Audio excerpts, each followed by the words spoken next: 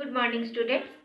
Today we are going to start Unit 10,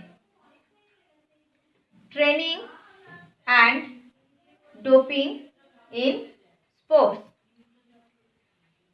Training and doping in sports. Training is very common word. It is deeply involved in sports.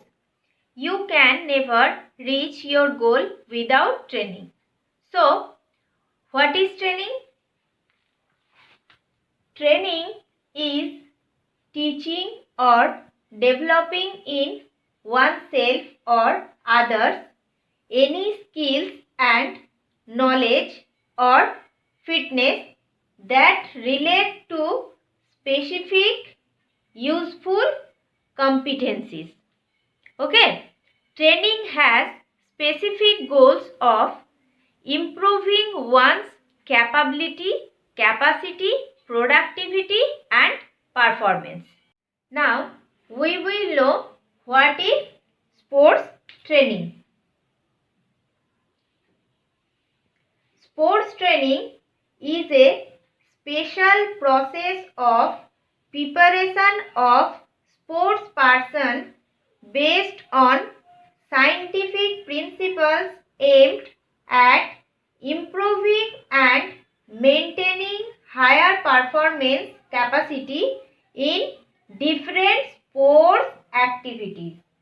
Okay. Sports training allows the body to gradually build up strength and endurance, improve skill levels and build motivation, ambition and confidence. Okay. Next is different methods of training. All methods of training needs to be specific to the individual performer, component of fitness and the activity. First method is continuous training method. These training methods develop cardiovascular fitness like 20-minute run and walk, cycling, swimming, etc. Next, fartlek training method. Fartlek training method or speed play training method develops a range of components and is used by game player. Okay. Next is interval training method. Interval training method. It develops our strength, speed and muscular endurance. Next, weight training. Weight training, it develops our muscle strength. Next, plyometric training. Plyometric training, it develops our power. Next, circuit training. Circuit training develops our muscular endurance, strength and cardiovascular fitness. All these specific training methods are very effective for all specific sports. Okay. Next is principles of sports training. The principles of sports training essential to a successful and productive sports and exercise program. The first principle is individuality. Individuality. Genetics, gender, sex, age, habits and training age are evident differences between athletes. For example, the goalkeeper has a very different need than, say, the midfielder.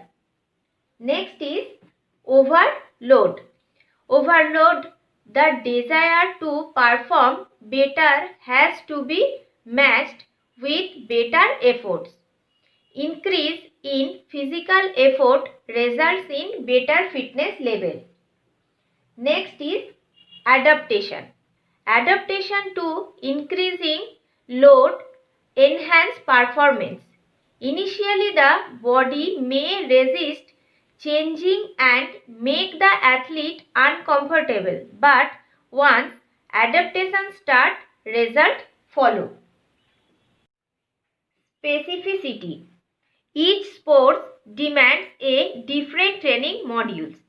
Any training can start with general conditioning but has to shift to the specific training for the particular skills required in that sports or activity.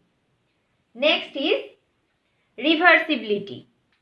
Reversibility means that an athlete can lose the effects of training when they stop and can gain the effects when they begin to train again.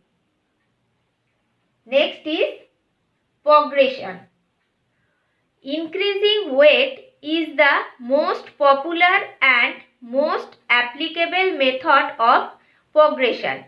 Progression can also be accomplished by changing frequency, number of exercise, complexity of exercises, the number of sets in any combination. Next is variation. Altering load, volume, frequency, exercise variety and rest periods can also enhance performance. Next, recovery.